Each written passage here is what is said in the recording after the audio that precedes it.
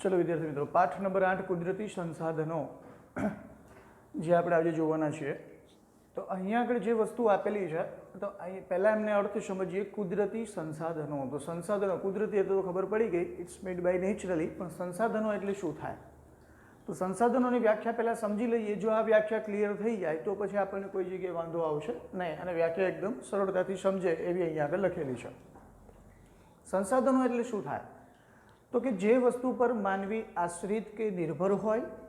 આપણે દરેક વસ્તુ ઉપર આધારિત છીએ, કુદરતી વસ્તુઓ ઉપર. મકાન બાંધવું છે તો જમીનની જરૂર પડે, ખાવું છે તો ખેતીની જરૂર પડે, પીવા માટે પાણીની જરૂર પડે. એમ દરેક વસ્તુઓ માટે આપણે કુદરતી વસ્તુઓ ઉપર આધાર રાખવો પડે. કુદરતી વસ્તુઓ વગર આપણે કોઈ પણ સંજોગોમાં ચલાવી શકીએ નહીં. ગગનચુંબી ઇમારતો સુધી માનવી ભલે પહોંચી ગયો હોય, પણ એ માનવીને કોઈને કોઈ સંજોગોની અંદર ફરજિયાતપણે કુદરતી વસ્તુઓનો ઉપયોગ કરવો જ પડે.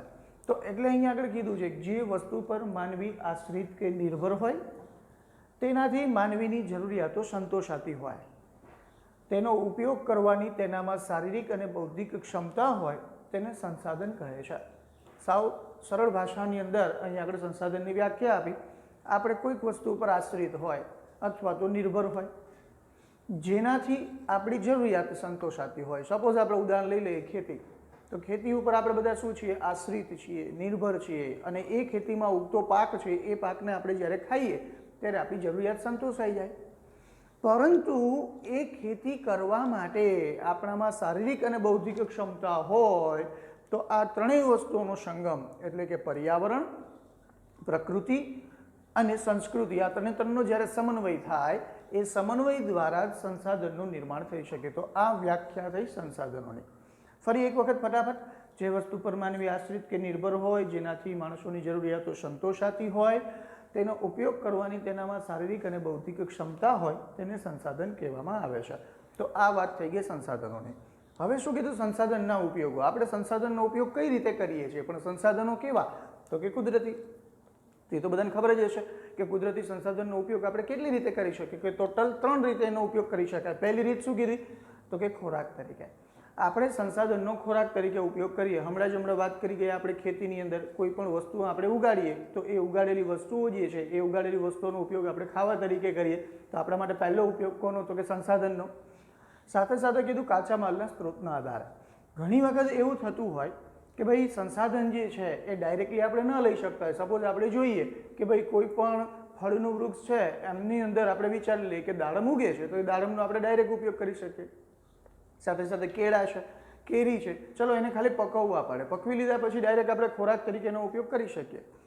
પરંતુ કાચા માલના સ્ત્રોતના આધારે એટલે શું? તો કે સપોઝ આપણે જોઈએ છે તો કુદરતી સંસાધનોની અંદર ઘેટાઓ આવે, તો એ ઘેટાઓ જે છે, એ ઘેટાઓનો ઉપયોગ આપણે ડાયરેક્ટલી નથી કરી શકતા. એનામાંથી નીકળતું જે ઊન છે, એ ઊનનો આપણે ઉપયોગ કરીએ. ફેક્ટરીની અંદર એ ઊન જાય, પછી એની અંદરથી વણાટ કરવામાં આવે, અને પછી એનો ઉપયોગ આપણે કરી શકીએ સ્વેટર તરીકે પહેરવા માટે.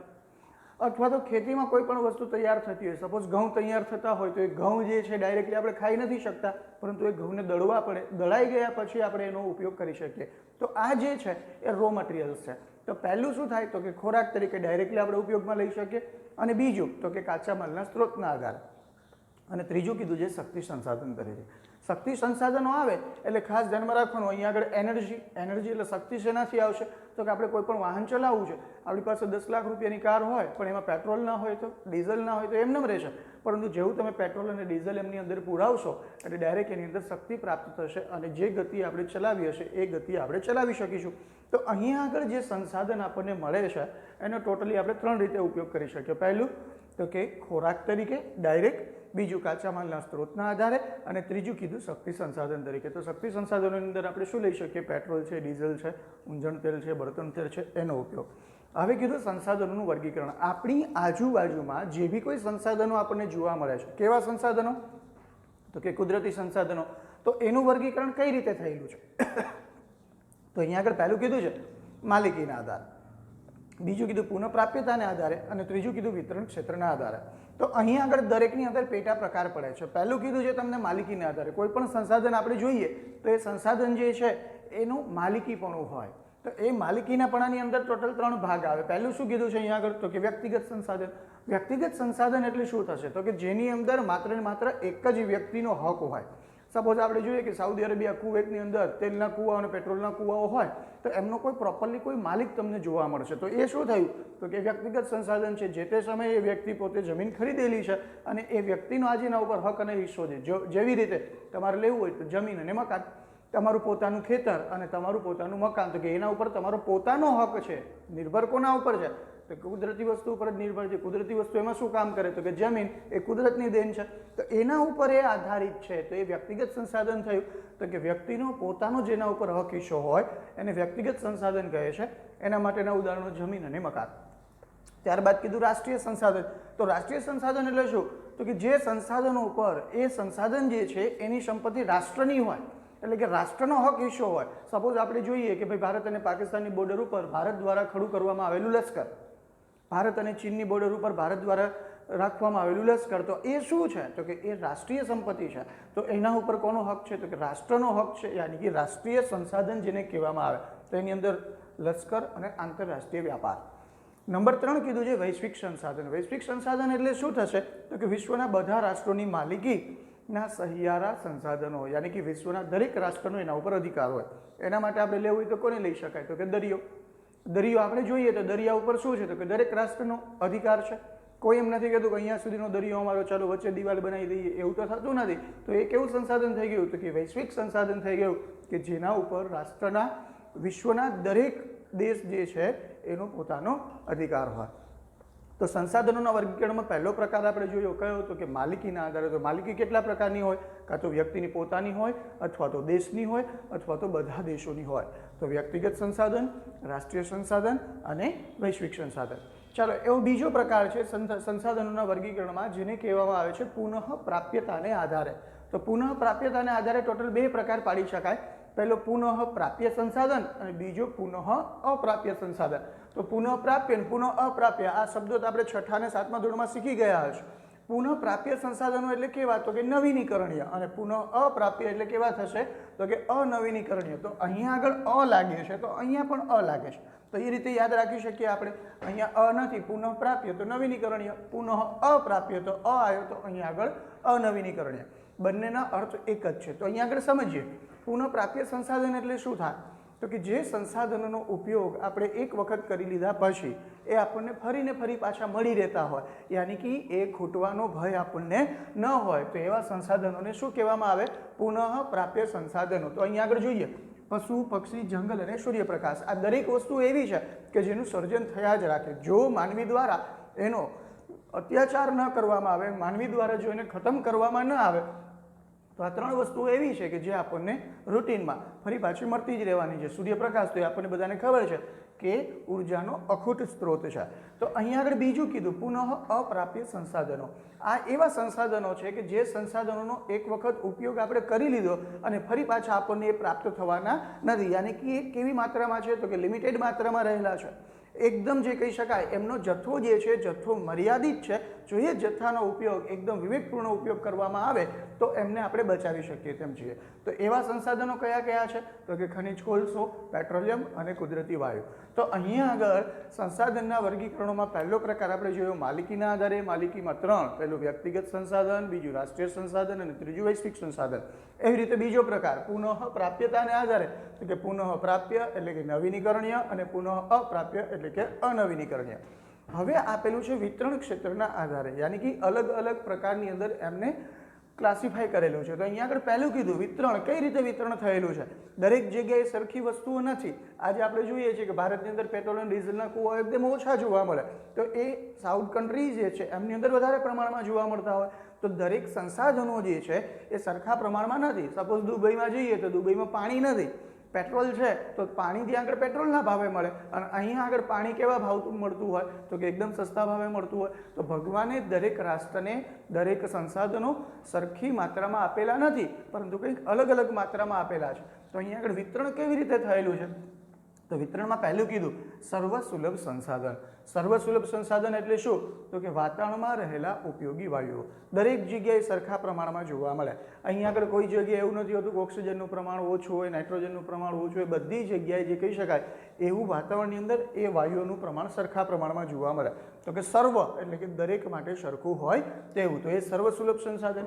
બીજું કીધું છે સામાન્ય સુલભ સંસાધન, કે જે સામાન્યપણે મળી રહેતું હોય. આપણે ઘણી વખત કહેતા હોય કે આ તો વસ્તુ સામાન્ય છે, મળી રહેશે, એમાં કોઈ તકલીફ નથી. તો સામાન્યપણે મળી રહે તેવું, તો કે જળ અને જમીન દરેક જગ્યાએ જોવા મળે. સાથે સાથે ગોચર યાની કે જે પશુઓ જે છે એ પશુઓ માટે ચરવાની જગ્યા, જેને ગોચર કહેવામાં આવે. તો અહીંયા આગળ સ્પેશિયલી શું કીધું? તો કે સર્વસુલભ અને સામાન્ય સુલભ. સર્વસુલભ એટલે દરેકની માટે હોય, દરેક વ્યક્તિ માટે ઓક્સિજન છે કેટલો લેવો કેટલો નહીં એ વ્યક્તિ ઉપર નિર્ભર કરે, તો એ સર્વસુલભ સંસાધન. બીજું સામાન્ય સુલભ યાની કે સામાન્યપણે વાતાવરણમાંથી મળી રહેતું હોય એવું. વિરલ સંસાધન, તો આ ખાસ ધ્યાનમાં રાખીશું. વિરલ સંસાધન એટલે શું? તો કે જેના પ્રાપ્તિ સ્થાનો મર્યાદિત હોય, કે જે મર્યાદિત માત્રામાં મળતા હોય. તે આપણે અગાઉ પણ જોઈ ગયા હતા. તો કે શું છે? તો કે જે લિમિટેશનમાં છે. કોણ કોણ? તો કોલસો, પેટ્રોલિયમ, તાંબુ અને યુરેનિયમ. એ સંસાધનો કેવા છે? તો કે વિરલ છે, યાની કે પ્રમાણિત માત્રામાં આપણને મળી રહે છે. એમની મર્યાદા જે છે એ મર્યાદાની અંદર એ સંસાધનો આપણને મળી રહે છે. ત્રીજું કીધું, ચોથા નંબર ઉપર આપેલું છે આપણને એકલ સંસાધન. તો જેવું નામ છે એવા જ ગુણ છે. એકલ સંસાધન એટલે શું થશે? તો કે એકલું મળી આવતું હોય તેવું, માત્ર ને માત્ર એક જ પ્રદેશમાંથી મળી આવતું હોય, એક કે બે જગ્યાએ. સમગ્ર વિશ્વમાં માત્ર આ સંસાધન એવું છે કે જે એકથી બે જગ્યાએ જ મળી આવે, તો એવું સંસાધન કે જેને કહેવામાં આવે એકલ સંસાધન. તો એના માટે શું કીધું? તો કે ક્રાયોલાઇટ નામની જે ખનિજ જે છે એ ક્રાયોલાઇટ નામની ખનિજ એ માત્ર ને માત્ર ગ્રીનલેન્ડ નામના પ્રદેશમાંથી મળી આવે છે. તો આ પ્રશ્ન MCQમાં ઘણી વખત પૂછાયેલો છે કે એકલ સંસાધનનું ઉદાહરણ આપો. તો એકલ સંસાધનના ઉદાહરણમાં કોણ આવશે? તો કે ક્રાયોલાઇટ નામની ખનિજ એ ક્યાંથી મળી આવે? તો કે માત્ર ને માત્ર ગ્રીનલેન્ડમાંથી મળી આવે છે. તો અહીંયા આગળ સંસાધનની વ્યાખ્યા, સંસાધનના ઉપયોગો અને સંસાધનોનું વર્ગીકરણ આપણે જોયું.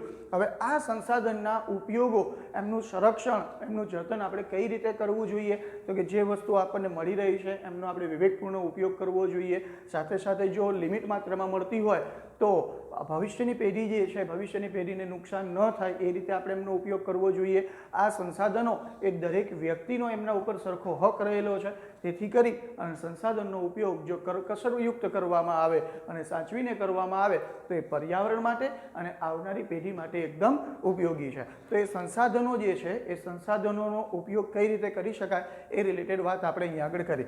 તો એક વખત જોઈ લે ફટાફટ સંસાધનની વ્યાખ્યા, એમના ઉપયોગો, સાથે સાથે એનું વર્ગીકરણ. વર્ગીકરણ ત્રણ રીતે: માલિકીના આધારે. માલિકીમાં કોણ? તો કે વ્યક્તિગત સંસાધન, રાષ્ટ્રીય સંસાધન અને વૈશ્વિક સંસાધન. બીજું કીધું પુનઃ પ્રાપ્યતાના આધારે. પુનઃ પ્રાપ્યતામાં કોણ? તો કે પુનઃ અપ્રાપ્ય અને પુનઃ પ્રાપ્ય, યાની કે નવીનીકરણીય અને અનવીનીકરણીય.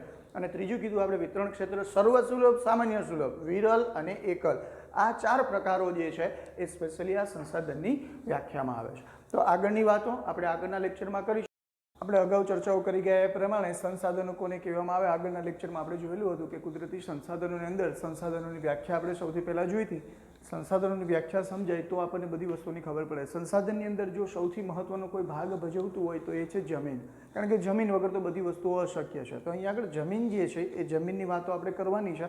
એમની પહેલાં થોડું ક્વિક રિવિઝન અગાઉના લેક્ચરમાં આપણે જોઈ ગયા હતા. એ સંસાધનોની વ્યાખ્યા કે ભાઈ જે વસ્તુ પર માનવી આશ્રિત કે નિર્ભર હોય, જેનાથી વ્યક્તિની જરૂરિયાતો સંતોષાતી હોય, સાથે સાથે તેનો ઉપયોગ કરવાની તેનામાં શારીરિક અને બૌદ્ધિક ક્ષમતા હોય, તેને સંસાધન કહેવામાં આવે. સંસાધનના ઉપયોગ આપણે જોયા હતા. સંસાધનના ઉપયોગો કેટલા? તો કે ત્રણ. પહેલો ખોરાક તરીકે, બીજો કાચા માલના સ્ત્રોતના આધારે અને ત્રીજો શક્તિ સંસાધન તરીકે. ત્યારબાદ આપણે જોયેલું હતું સંસાધનોનું વર્ગીકરણ. સંસાધનનું વર્ગીકરણ ટોટલ ત્રણ પ્રકારમાં વહેંચાયેલું. પહેલું કયું હતું? તો આપણને બધાને ખબર છે. પહેલી વાત તો કે અહીંયા આગળ આપણે કીધું હતું માલિકીના આધારે. માલિકીની અંદર વ્યક્તિગત માલિકીના આધારે, રાષ્ટ્રીય માલિકીના આધારે, રાષ્ટ્રીય સંસાધન અથવા તો વૈશ્વિક સંસાધન. ત્યારબાદ જોયું હતું પુનઃ પ્રાપ્યતાના આધારે. પુનઃ પ્રાપ્યતાના આધારે આપણે જોયા હતા બે પ્રકાર, નવીનીકરણીય અને અનવીનીકરણીય. પશુ પક્ષીનો સમાવેશ તેની અંદર થાય, સૂર્યપ્રકાશનો શેમાં થાય? તો કે નવીનીકરણીયની અંદર. અનવીનીકરણીયની અંદર કે જે પુનઃ અપ્રાપ્ય છે, જેનો ફરી વખત ઉપયોગ થવાનો નથી, એ પ્રકાર. અને ત્રીજો પ્રકાર જોયેલું હતું આપણે શેના માટે હતો? તો કે બે વર્ગીકરણના આધારે એની અંદર આપણે ટોટલ ચાર પ્રકારના સંસાધનો. પહેલું સંસાધન આપણા માટે કયું હતું? તો કે પહેલું સંસાધન આપણા માટે એકલ સંસાધન, વિરલ સંસાધન, સર્વસુલભ અને સામાન્ય સુલભ, આ ટોટલ 4 પ્રકારના સંસાધનો. તો એ સંસાધનોનું વર્ગીકરણ જોયા પછી આજે એકદમ મહત્વનો ભાગ, તમારી સામાજિક વિજ્ઞાનની ટેક્સ્ટબુકની અંદર થોડું અઘરું જે કહી શકાય એવું આપેલું છે, પણ અહીંયા આગળ આપણે ડાયાગ્રામ સ્વરૂપે સમજીશું તો આપણને સહેલાઈથી સમજાઈ જશે. તો અહીંયા આગળ પહેલાં જમીન કોને કહેવામાં આવે છે? It's a first layer of soil, કે જેના ઉપર આપણે રહીએ છીએ. તો અહીંયા આગળ કીધેલું છે કે જમીનનો ઉપરનો જે ભાગ છે, યાની કે પૃથ્વીનું પોપડાનું જે પહેલું સ્તર છે એને જમીન કહેવામાં આવે, કે જેના ઉપર માનવી વસવાટ કરી રહ્યો છે. આ સ્તર જે છે, આ પોપડું જે છે એ એકદમ પાતળું છે. તો અહીંયા આગળ કીધું પૃથ્વી પરના પાતળા પોપડાનું સ્તર કે જે અનેક પ્રકારના બારીક કણોનું બનેલું છે. તો આપણે જોઈએ છીએ કે આપણે જે જમીન જે છે, જમીનને થોડી ખોદકામ કરીએ તો આપણને ઘણી બધી વસ્તુઓ પ્રાપ્ત થાય. રેતી હોય, કપચી હોય, માટી હોય, અલગ અલગ વસ્તુઓ પ્રકારની આપણને જમીનમાંથી અલગ અલગ વસ્તુઓ આપણને મળી આવતી હોય. તો અહીંયા આગળ એવું જ કીધેલું છે, આવા અનેક પ્રકારના બારીક કણોનું જે પૃથ્વીના પોપડાનું પહેલું જે સ્તર મળેલું છે એને જમીન કહેવામાં આવે, કે જેની અંદર અલગ અલગ પ્રક્રિયાઓ થાય. શું થાય? તો કે ભેજ પણ લાગે, વરસાદ પણ પડે, ધુમ્મસ પણ થાય અને હવા પણ લાગે. આવા દરેક વસ્તુઓના તત્વો એ પૃથ્વીના ઉપરના પોપડામાં આવેલા છે, જેને કહેવામાં આવે છે જમીન. આ જમીન બનવા માટે ઘણા વર્ષોનો સમય વીતી જાય, એમનેમ જમીન બનતી નથી. તો અહીંયા આગળ જમીન માટેની ફરી એક વખત વાત કરી લઈએ. પૃથ્વી પરના પાતળા પોપડાનું સ્તર કે જે અનેક પ્રકારના બારીક કણોનું બનેલું છે, જેમાં ખનિજો, ભેજ, ધુમ્મસ, હવા વગેરે જેવા તત્વો આવેલા હોય છે, જેને જમીન કહેવામાં આવે છે. હવે જમીન નિર્માણની પ્રક્રિયા, યાની કે જમીન કેવી રીતે બને છે, એ બનાવવા માટે કેટલો સમય લાગે? જમીન બનવા માટે અંદાજે કરોડો જેટલા વર્ષ વીતી જાય ત્યારે જમીનનું નિર્માણ શક્ય બને. ત્યાં સુધી જમીન બની શકે નહીં. તો જમીનની અંદર સૌથી મહત્વનું જો ફેક્ટર કોઈ હોય તો એ ફેક્ટર કયું છે? તો એ છે આબોહવા. આબોહવાના લીધે અલગ અલગ પ્રક્રિયાઓ થાય અને એના લીધે જમીનનું નિર્માણ થાય. તો અહીંયા આગળ પહેલું કીધેલું છે કે આબોહવાને લીધે, આબોહવાની અસરના લીધે શું થશે? તો કે ખડકોનું ધોવાણ થશે. ખડકો એટલે પથ્થરના ટુકડાઓ, એ ધોવાતા જશે ધીમે ધીમે. એ મોટા મોટા પથ્થરના ટુકડાઓ જે ધીમે ધીમે ધોવાતા જાય તો એમાંથી નાની નાની કપચીઓ અથવા તો અલગ અલગ પ્રકારના કાંકરાઓનું નિર્માણ થાય. તો અહીંયા આગળ કીધું આબોહવાની અસરના લીધે શું થશે? તો કે ખડકોનું ધોવાણ થશે.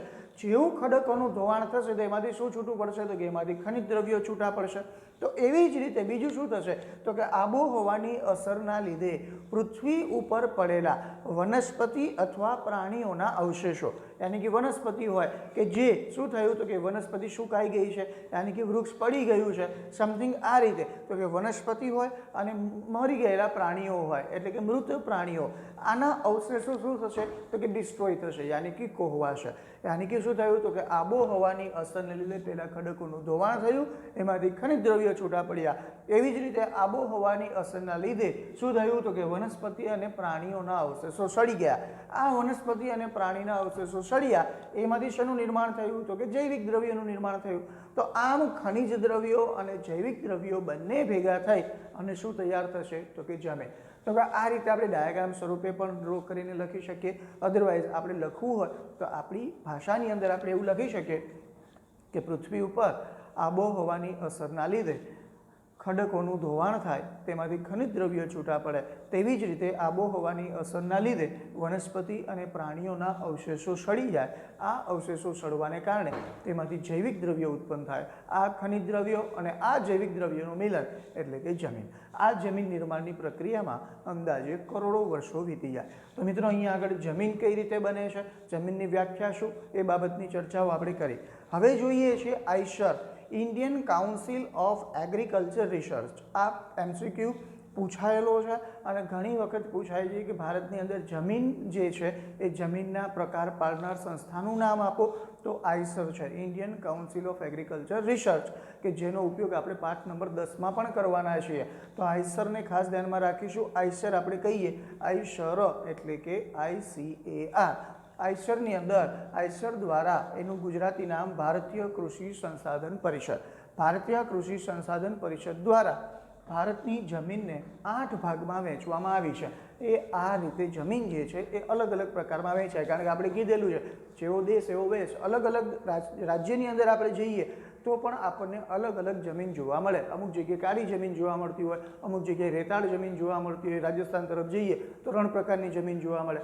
સૌરાષ્ટ્ર બાજુ જઈએ તો ત્યાં આગળ કાળી જમીન, મહારાષ્ટ્રમાં તો કે કાળી જમીન જોવા મળે. એમ અલગ જગ્યાએ આપણે અલગ અલગ વસ્તુઓ જોવા મળે. અમુક જગ્યાએ લાલ જમીન પણ આપણને જોવા મળતી હોય. પર્વતીય પ્રદેશ હોય, હિમાચલ વિસ્તારવાળો જે પ્રદેશ છે તો એની અંદર આપણે જઈએ તો ત્યાં આગળ પર્વત પ્રકારની જમીન જોવા મળે. અમુક જગ્યાએ મિઝોરમ બાજુ આપણે જઈએ તો ત્યાં આગળ જંગલોનું પ્રમાણ વધારે, તો ત્યાં આગળ આપણને જંગલીય જમીન જોવા મળે. અમુક દરિયા કિનારાના પ્રદેશોમાં આપણે જઈએ તો ત્યાં આગળ આપણને દલદલીય જમીન જોવા મળે.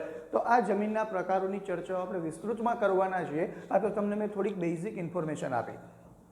આ જમીન જે છે એ જમીનના પ્રકાર કોણે પાડ્યા તો કે આઈસર. આઈસરનું અંગ્રેજી નામ Indian council of agriculture research. એનું ગુજરાતી નામ શું થાય તો કે ભારતીય કૃષિ સંસાધન પરિષદ. જમીનને કેટલા ભાગમાં વહેંચી તો કે 8 ભાગમાં વહેંચી. તો આ જ વસ્તુ આપણે ધોરણ 9માં પણ શીખી ગયા હતા. જમીનના પ્રકાર કયા તો કે કાકા પરાપર. આ સૂત્ર છે કાકા પરાપર, યાની કે કા એટલે શું થશે તો કે કા એટલે કાળી જમીન. બીજું કા એટલે શું થશે તો કે કાપની જમીન. કા થઈ ગયું. પ એટલે પડખાવ જમીન. રા એટલે રાતી જમીન. અહીંયા આગળ પ કાકા પરા. પ એટલે પર્વતીય જમીન અને ર એટલે રણ પ્રકારની જમીન. સાથે સાથે દલદલીય અને જંગલ પ્રકારની જમીન જે છે એ જમીનના ટોટલ 8 ભાગ આપેલા છે. તો આ સૂત્રના સ્વરૂપે આપણે એમને યાદ રાખી શકીએ કાકા પરાપર, જંગલ અને દલદલ. તો અહીંયા આગળ જે કાળી જમીન જે છે એ કાળી જમીનનું બીજું નામ છે કપાસની જમીન. ખાસ ધ્યાનમાં રાખીશું આને. કપાસની જમીન જે છે એ કપાસની જમીનને શું કહેવામાં આવે કાળી જમીન પણ કહેવામાં આવે. ત્યારબાદ પડખાવ જમીન જે છે પડખાવ જમીનનું બીજું નામ છે લેટેરાઇટ જમીન. અને ત્યારબાદ કીધું છે રાતી જમીન. રાતી જમીન એટલે આપણા માટે થશે એ લાલ જમીન. તો વિદ્યાર્થી મિત્રો, આ જે જમીનનો પરિચય છે, આ જમીન ક્યાં જોવા મળે, એના માટે કેવું વાતાવરણ અનુકૂળ આવે, ત્યાં કયા કયા પાકો તૈયાર થાય, કયા રાજ્યમાં એ જોવા મળે, એ બાબતની 8 જમીનનો પરિચય આપણે આવતા લેક્ચરમાં જોવાના છે. જો વિદ્યાર્થી મિત્રો તમને અમારી આ વિડીયો પસંદ આવ્યો હોય તો આ ચેનલને સબસ્ક્રાઈબ કરો અને બને એટલી લાઈક કરો અને શેર કરો.